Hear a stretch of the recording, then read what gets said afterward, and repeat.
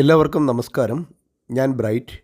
ഈ കേരളം ഓൺലൈൻ സർവീസിലേക്ക് സ്വാഗതം. +1 ഓൺലൈൻ അപേക്ഷാ സമർപ്പണ വേളയിൽ നമ്മൾ കയ്യിൽ കരുതിയിരിക്കേണ്ട പ്രധാനപ്പെട്ട രേഖകൾ എന്തൊക്കെയാണെന്നാണ് ഇവിടെ നോക്കുന്നത്. +1ന് ഓൺലൈനായി അപേക്ഷ അയക്കുന്നതിൻ്റെ സ്റ്റെപ്പ് ബൈ സ്റ്റെപ്പ് പ്രോസസ്സ് അടങ്ങിയ വീഡിയോ ഇതിനോടകം ചാനലിൽ പോസ്റ്റ് ചെയ്തിട്ടുണ്ട്. ഈ വർഷത്തെ വീഡിയോ, ആ വീഡിയോ ആണ് ഇവിടെ കാണിച്ചിരിക്കുന്നത്. ഇതിൻ്റെ ലിങ്ക് മുകളിൽ ഐ ബട്ടണിലും താഴെ ഡിസ്ക്രിപ്ഷനിലും എൻഡ് സ്ക്രീനിലും അതുപോലെ തന്നെ ഫസ്റ്റ് കമൻറ്റിലും കൊടുത്തിരിക്കാം.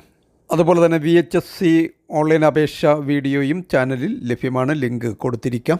ഹയർ സെക്കൻഡറി 1ാം വർഷ ഓൺലൈൻ അപേക്ഷയിൽ പ്രധാനമായും നമ്മൾ കയ്യിൽ കരുതിയിരിക്കേണ്ട രേഖ SSLC രജിസ്റ്റർ നമ്പറാണ്.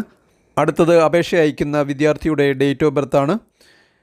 കാൻഡിഡേറ്റ് ലോഗിൻ ക്രിയേറ്റ് ചെയ്യുന്നതിന് രജിസ്റ്റർ നമ്പരും ഡേറ്റ് ഓഫ് ബർത്തും 2 പ്രാവശ്യം ടൈപ്പ് ചെയ്ത് കൊടുക്കേണ്ടുന്നതുണ്ട്. അടുത്തത് ഓൺലൈനായി അപേക്ഷിക്കുന്ന വിദ്യാർത്ഥി പാസ്സായ SSLC പാസ്സായ വർഷവും മാസവുമാണ്.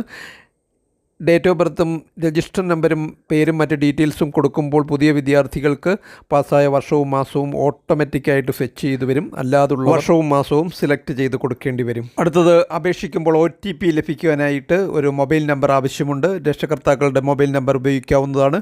മൊബൈൽ നമ്പർ യുണീക്ക് ആയിരിക്കും. ഒരു മൊബൈൽ നമ്പർ ഉപയോഗിച്ച് ഒന്നിലധികം അപേക്ഷകൾ അയക്കാൻ സാധിക്കില്ല.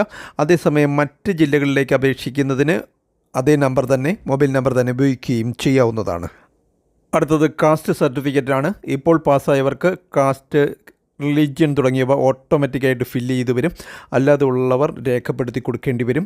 EW സർട്ടിഫിക്കറ്റിലുള്ള വരുമാനം ആ കാറ്റഗറിയിലുള്ളവർ കൊടുക്കേണ്ടി വരും. അതേസമയം ജാതി സർട്ടിഫിക്കറ്റ് ഓൺലൈൻ അപേക്ഷാ സമർപ്പണ വേളയിൽ അപ്ലോഡ് ചെയ്ത് കൊടുക്കേണ്ടതില്ല. അതുപോലെ ഡീറ്റെയിൽസ് അപ്ഡേറ്റ് ചെയ്ത് കൊടുക്കേണ്ട ആവശ്യവുമില്ല. എന്നാൽ അഡ്മിഷൻ സമയത്ത് ഒറിജിനൽ ജാതി സർട്ടിഫിക്കറ്റ് സംവരണ വിഭാഗങ്ങളിലുള്ളവർക്ക് നൽകേണ്ടി വരും. പഠിച്ച സ്കൂളിൻ്റെ പേരും കോഡും നൽകേണ്ടതുണ്ട്. ഇത് ഓൺലൈൻ അപേക്ഷിക്കുമ്പോൾ തന്നെ നമുക്കവിടെ ലഭ്യമാകും. പഠിച്ച സ്കൂളിൽ +1 ഇല്ലെങ്കിൽ സ്കൂൾ കോഡ്, സ്കൂളിൻ്റെ പേര് ഉണ്ടാകത്തില്ല. അവിടെ അതേഴ്സാണ് കൊടുക്കേണ്ടത് വരിക. മറ്റൊരു രേഖ ആധാർ നമ്പറാണ്. ഇവിടെ എല്ലാ അപേക്ഷയ്ക്കും ആധാർ ഒരു പ്രധാനപ്പെട്ട ഘടകമായി മാറാറുണ്ട്. ഇവിടെ ആധാർ നമ്പർ നിർബന്ധമില്ല, നൺ എന്നുള്ള ഓപ്ഷൻ കൊടുക്കാനുണ്ട്. അതേസമയം ആധാർ ഉള്ളവർക്ക് നമ്പർ കൊടുക്കാനുള്ള ഓപ്ഷനും കൊടുത്തിട്ടുണ്ട്.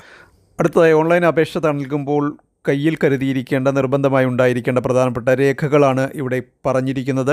NCC, student, police cadet, little kite, scout തുടങ്ങിയവയുമായി ബന്ധപ്പെട്ട രേഖകളൊക്കെ നമ്മുടെ കൈവശം ഉണ്ടായിരിക്കണം. ഇവിടെ ശ്രദ്ധിക്കേണ്ട ഒരു കാര്യം, നമുക്ക് ഗ്രേസ് മാർക്ക് അവാർഡ് ചെയ്തിട്ടുണ്ടെങ്കിൽ NCC, SPC, ലിറ്റിൽ കൈറ്റ്സ് തുടങ്ങിയവ എനേബിൾ ആകത്തില്ല. അവിടെ യെസ് ആണ് ഓട്ടോമാറ്റിക് വന്ന് കിടക്കുന്നതെന്നുണ്ടെങ്കിൽ ഇത്രയും NCC, SPC, ലിറ്റിൽ കൈറ്റ്സ് തുടങ്ങിയവ എനേബിൾ ആകത്തില്ല. അതില്ലാത്തവർക്കാണ് അവിടെ അത് എനേബിൾ ചെയ്ത് കൊടുക്കുവാൻ സാധിക്കുക. ക്ലബ് സർട്ടിഫിക്കറ്റ് ഉൾപ്പെടെ ഈ പറയുന്ന സർട്ടിഫിക്കറ്റുകൾക്ക് നേർക്ക് ടിക്ക് മാർക്ക് കൊടുക്കുന്നവർ അപേക്ഷയുടെ അവസാനം ഇവ അപ്ഡേറ്റ് ചെയ്ത് കൊടുക്കേണ്ടി വരും. ഇഷ്യൂ ചെയ്ത ഡേറ്റും ഇഷ്യൂയിങ് അതോറിറ്റിയും പേരും ഒക്കെ നൽകി ഈ സർട്ടിഫിക്കറ്റുകൾ അപ്ഡേറ്റ് ചെയ്യണം. അതുകൊണ്ട് ഈ സർട്ടിഫിക്കറ്റുകളൊക്കെ ഓൺലൈൻ അപേക്ഷ സമർപ്പിക്കുന്ന സമയത്ത് നമ്മുടെ കൈവശം ഉണ്ടായിരിക്കണം. ഇവയൊന്നും ഇല്ലാത്തവർക്കും അപേക്ഷിക്കാം. പക്ഷേ ബോണസ് പോയിൻറ്റും ഗ്രേസ് മാർക്കും ഒക്കെ ലഭിക്കണമെന്നുണ്ടെങ്കിൽ ഇതിൽ ഏതെങ്കിലുമൊക്കെ ഉള്ളവർക്ക് മാത്രമേ ലഭിക്കുകയുള്ളൂ. അടുത്തത് ഭിന്നശേഷി വിദ്യാർത്ഥികൾക്ക് മെഡിക്കൽ സർട്ടിഫിക്കറ്റ് കൈവശമുണ്ടായിരിക്കണം. ഇതുപോലെ ഡീറ്റെയിൽസൊക്കെ അപ്ഡേറ്റ് ചെയ്ത് കൊടുക്കുകയും ഈ മെഡിക്കൽ സർട്ടിഫിക്കറ്റ് അപ്ലോഡ് ചെയ്ത് കൊടുക്കേണ്ടിയും വരും. അടുത്തത് EWS സർട്ടിഫിക്കറ്റാണ്. ജനറൽ വിഭാഗത്തിലെ സാമ്പത്തികമായി പിന്നോക്കം നിൽക്കുന്നവർക്കാണ് EWS സർട്ടിഫിക്കറ്റ് ലഭിക്കുക. വാർഷിക വരുമാനം 4 ലക്ഷത്തിൽ താഴെയായിരിക്കണം. EWS സർട്ടിഫിക്കറ്റിൻ്റെ കാലാവധി 1 വർഷമാണ്.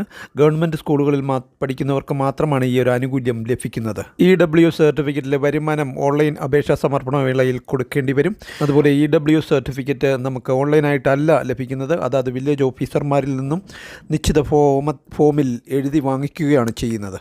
ഓൺലൈൻ അപേക്ഷാ സമർപ്പണ വേളയിൽ അറിഞ്ഞിരിക്കേണ്ട മറ്റൊരു പ്രധാനപ്പെട്ട കാര്യം, പഠിക്കാൻ ആഗ്രഹിക്കുന്ന സ്കൂളുകളുടെയൊക്കെ പേരുവിവരങ്ങളും കോഡും ഒക്കെ അറിഞ്ഞിരിക്കണം. കോഴ്സ് കോമ്പിനേഷനും അറിഞ്ഞിരിക്കണം. ഇത് പ്രോസ്പെക്ടസ് എടുത്ത ശേഷം നിങ്ങളുടെ ജില്ല തിരഞ്ഞെടുത്ത ശേഷം അനുബന്ധം 7 എടുത്താൽ ഓരോ ജില്ലയിലെയും കോഴ്സുകളുടെയും സ്കൂളുകളുടെ കോഡും കോഴ്സ് കോമ്പിനേഷനും അതിൻ്റെ കോഡും ഒക്കെ വിശദമായി നമുക്ക് ലഭിക്കുന്നതാണ്. ഓൺലൈൻ സെൻറ്ററുകളിലൊക്കെ ഈ ഒരു പേപ്പർ നിങ്ങൾക്ക് തരികയും ചെയ്യും. അത് നോക്കി പറഞ്ഞു കൊടുക്കുകയും ഒക്കെ ചെയ്യുകയും ചെയ്യാവുന്നതാണ്. ഏതൊക്കെ സ്കൂളുകളിലാണ് മുൻഗണനാക്രമത്തിൽ നിങ്ങൾക്ക് അപേക്ഷിക്കേണ്ടതെന്ന് നേരത്തെ നമുക്ക് ഒരു ധാരണയുണ്ടാകണം. അതുപോലെ കോഴ്സ് കോമ്പിനേഷനും ഒക്കെ നിങ്ങൾ മനസ്സിലാക്കി വെച്ചിട്ട് മുൻഗണനാക്രമത്തിൽ കൊടുക്കണം. ഇതോടെ ഈ ഒരു വീഡിയോ ഇവിടെ പൂർണ്ണമാവുകയാണ്.